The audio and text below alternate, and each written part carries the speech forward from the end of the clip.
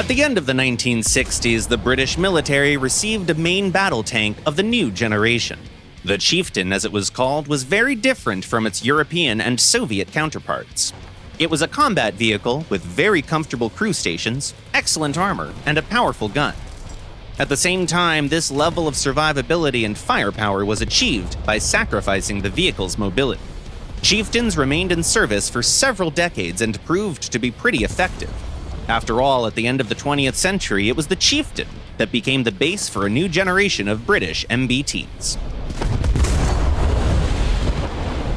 In War Thunder, tanks of the Chieftain series are found at rank 6 of the ground forces tech tree.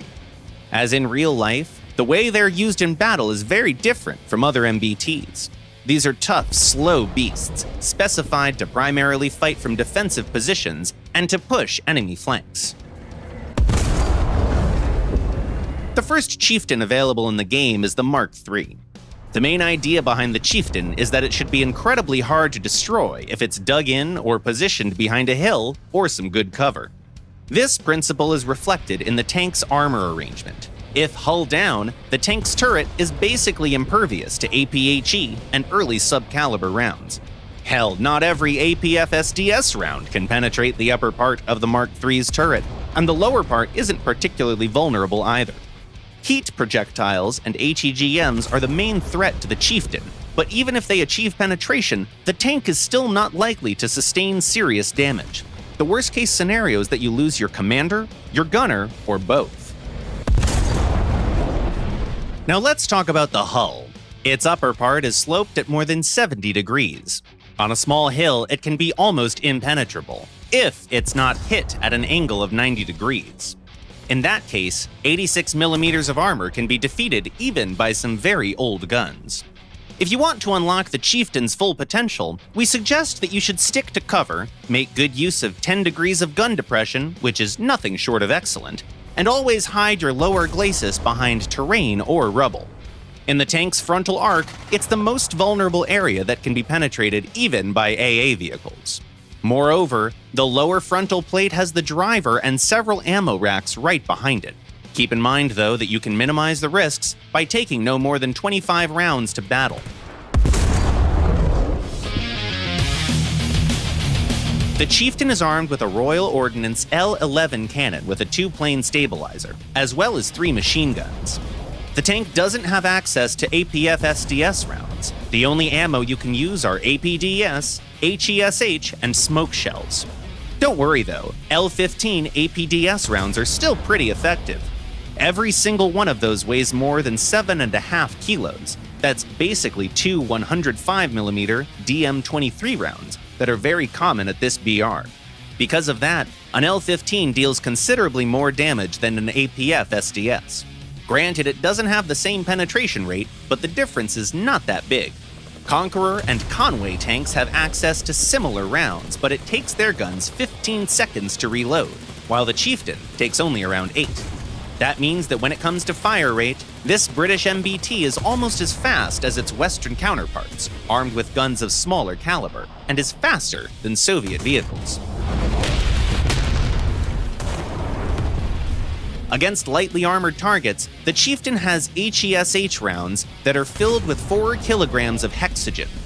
In order to maximize the effectiveness of your shots with these rounds, use the coaxial machine gun for ranging. At medium range, it's a good predictor of where your HESH and smoke shells are going to go. Furthermore, a maxed out Chieftain is also equipped with a rangefinder that allows you to get the precise range to targets that are up to a kilometer away. Other machine guns are not as useful, but they can still be helpful when dealing with open-top vehicles. Unfortunately, most IFVs and light tanks found at rank 6 are equipped with good enough armor to ignore your machine gun fire. So, the only thing you can achieve by shooting at them is just marking them on the minimap. The best tactic for the Chieftain works like this. You peek out of cover while carefully positioning yourself at a slight angle so that you don't expose your hull cheeks, then make a quick shot and get back into cover. Your rounds are pretty powerful, so in most cases, you don't really have to be too deliberate with aiming.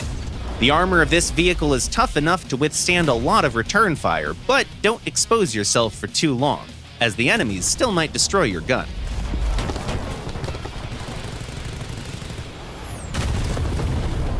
The main problem the tank has is its limited mobility. Your transmission allows the Chieftain to go at up to 41 kilometers per hour, or at up to 9 kilometers per hour in reverse. When you put it in reverse, it goes pretty fast from the get-go, but it also has trouble accelerating. Its power-to-weight ratio is just around 12 horsepower per ton. That's on par with the Tiger heavy tank, but this is a modern MBT that we're talking about. In other words, the Chieftain is going to be stationary most of the time, and it's best used on positions close to spawn points that still give you a lot of reach. We're talking about the spots like the hill slope next to C on Ash River, the area around B on Berlin, or the rocks next to A on Middle East. In most cases, it's not a good idea to try to get to sniping positions that are a long way away from spawn points, as there's a possibility that our slow tank will just be taken out somewhere en route. At the same time, don't stay in your initial spot for too long. By the time the fight reaches its middle stage, you should already be able to fight at mid or even close range.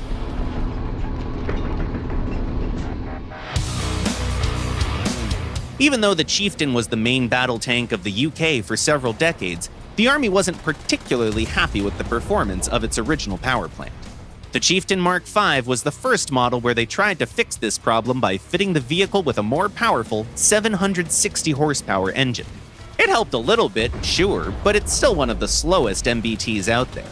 Moreover, the tank received a new transmission, allowing it to reach a speed of 48 kilometers per hour, but only on a good road or when moving downhill. About 20 kilometers per hour out of that can only be achieved on the last gear, which makes it next to impossible to use the engine to its full potential. At the same time, the Mark V faces more dangerous enemies, like the Soviet T-72B. The good news is that more advanced Soviet designs can still be defeated by hitting them right under the turret, through the driver's hatch or the LFP, but don't ever engage them without a plan, especially at a distance. This way, the T-64BV and the T-72B will be almost impervious to your fire. There's also another important thing to consider. The Mark V has a smaller first-order rack of only 17 rounds. And here's the dilemma of the later Chieftains. You can either take less ammo with you to be safe, or risk having an ammo rack right next to the driver. Try both options and see which one is better for you personally, but we suggest that you should always pack at least some HESH rounds. They're too good against lightly armored targets to pass up completely. Finally, there's the Mark X, with its turret fitted with Stillbrew armor. This armor package brings the tank's survivability to a whole new level, making it considerably harder for modern rounds like the BM-22 Zakolka, the 3BM-42 Mango, or the 120mm DM-23 APF SDS to successfully penetrate the tank's defenses. The Mark X also received a new round, the L-23 APF SDS, which is pretty similar to the 120mm DM-13 performance-wise. Furthermore, the MBT was fitted with a new fire control system with a laser rangefinder, which makes aiming even easier thanks to its automatic sight adjustment. There was also a proposal for a new autocannon SPAA vehicle based on the Chieftain Mark X, the Chieftain Marksman. Its design is very reminiscent of the classic Western SPAAs. Fitted with a Marconi radar and two Ehrlichen anti-aircraft autocannons, it's very effective against helicopters and early jets. Compared to the Gepard and similar AA systems, it comes with a heavier, bulkier chassis. Gameplay-wise, on a marksman, it's a good idea to stick to your teammates and be careful with your position. A couple of advantages you get are a nice max depression of -10 degrees with both autocannons and a high turret traverse speed. At the same time, due to the way cannons are mounted and their convergence is set up, it might be pretty difficult to aim at times, especially at close range. All things considered, though, a well-positioned marksman can hold its ground against several air or ground targets at once, and its hull is sturdy enough to protect you from a stray shot. Even though Chieftains are well known for having limited mobility, the overall design of the tank proved to be very effective. By the end of the Cold War, the caliber of 120mm became the NATO standard, and newer British tanks inherited the best traits of their predecessor. In War Thunder, the Chieftain is certainly an unusual MBT, but a very effective one nevertheless. Do you like using it in battle? Tell us in the comments below.